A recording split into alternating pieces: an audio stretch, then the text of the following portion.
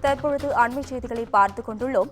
அதிமுக பொதுச் செயலராக எடப்பாடி பழனிசாமியை தேர்ந்தெடுத்ததை எதிர்த்து தேர்தல் ஆணையத்தில் புகாரை தேர்தல் ஆணையம் விசாரிப்பதற்கு தடை கோரி சென்னை உயர்நீதிமன்றத்தில் இபிஎஸ் வழக்கு தொடர்ந்துள்ளார்.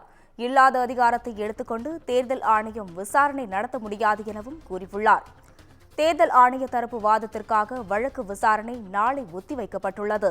இதுகுறித்து கூடுதல் விவரங்களை செய்தியாளர் வழங்க கேட்கலாம். வணக்கம் சிவா, விவரங்கள். இல்லாத அதிகாரத்தை எடுத்துக்கொண்டு தேர்தல் ஆணையம் உட்கட்சி விவகாரம் தொடர்பாக விசாரணை நடத்த முடியாது என அதிமுக பொதுச் செயலாளர் எடப்பாடி பழனிசாமி தரப்பில் சென்னை உயர்நீதிமன்றத்தில் வாதம் முன்வைக்கப்பட்டிருக்கிறது.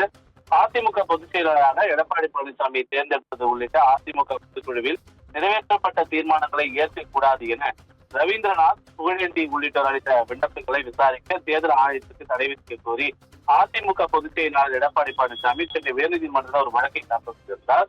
இந்த வழக்கு விசாரணைக்கு வந்தபோது உரிமைகள் வழக்குகள் முடிவுக்கு வரக்கூடிய வரை அதிமுகவுக்கு இரட்டை இலை சின்னம் ஒதுக்கக்கூடாது என சூரியமூர்த்தி என்பவர் தாக்கல் செய்த வழக்கில் அனைத்து தரப்பினரின் விளக்கத்தையும் கேட்டு சூரியமூர்த்தியினுடைய விண்ணப்பத்தை பரிசீலிக்க வேண்டும் என நீதிமன்றம் உத்தரவிட்டதனுடைய அடிப்படையில் விசாரணை மேற்கொள்வதாக தேர்தல் ஆணையம் தரப்பில் தெரிவிக்கப்பட்டது.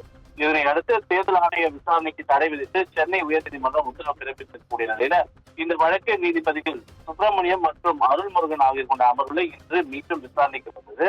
அப்போது பன்னீர்செல்வத்தினுடைய மகனும் முன்னாள் எம்பியுமான ரவீந்திரநாத் மற்றும் புகழேந்தி தரப்பில் தடையை நீக்க கோரி மனுக்கள் தாக்கல் செய்யப்பட்டுள்ளன.